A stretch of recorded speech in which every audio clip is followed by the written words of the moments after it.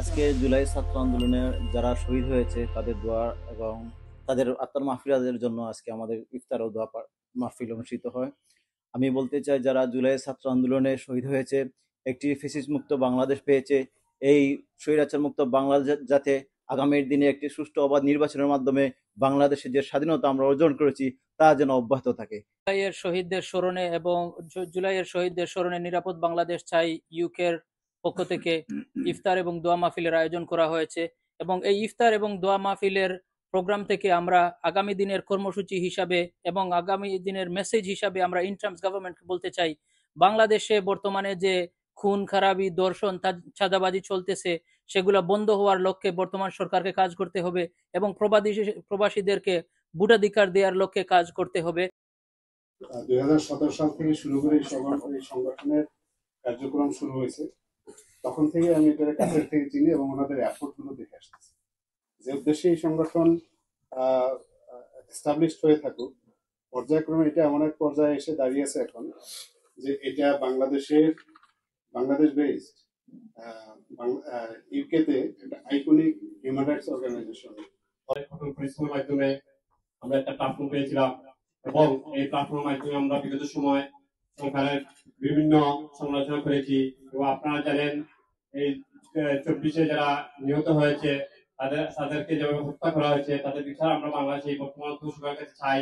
এবং যারা পঙ্গুত্ব বরণ করে তাদের পরিবার থেকে আজকে অনেক ভাইয়েরা তাদের আজকে আমরা এখানে পরিবেশে ইফতার করার মতো আমাদের সুযোগ হয়েছে, কিন্তু তারা ইফতার করতে পারছে না। তাদের জন্য আমরা দোয়া করি। ফেসিবাদ মুক্ত বাংলাদেশ গঠনের মাধ্যমে আজকে প্রবাসীরা যে আওয়াজ তুলেছিল, সেই প্রবাসী আওয়াজের তোলার ক্ষেত্রে সবচেয়ে অগ্রণী ভূমিকা যে ব্যানারটি পালন করেছিল সেটির নাম ছিল নিরাপদ বাংলাদেশ। এই নিরাপদ বাংলাদেশের ব্যানার থেকে আজকে আমরা আরেকটি দাবি উচ্চারণ করতে চাই। সেই দাবিটি হচ্ছে আমাদের ভোটাধিকার, আজকেই আমাদের ভোটাধিকার যাতে আমরা প্রয়োগ করতে পারি। একটা কথা বলতে চাই, 24শে জুলাই যারা শহীদ হয়েছেন আজকের এই মাহফিল থেকে আমরা মহান রাব্বুল আলামিনের কাছে দোয়া করি, আল্লাহ রাব্বুল আলামিন যেন তাদেরকে শহীদ মর্যাদা দান করেন এবং তাদেরকে জান্নাতের মাকামে স্থান দান করেন।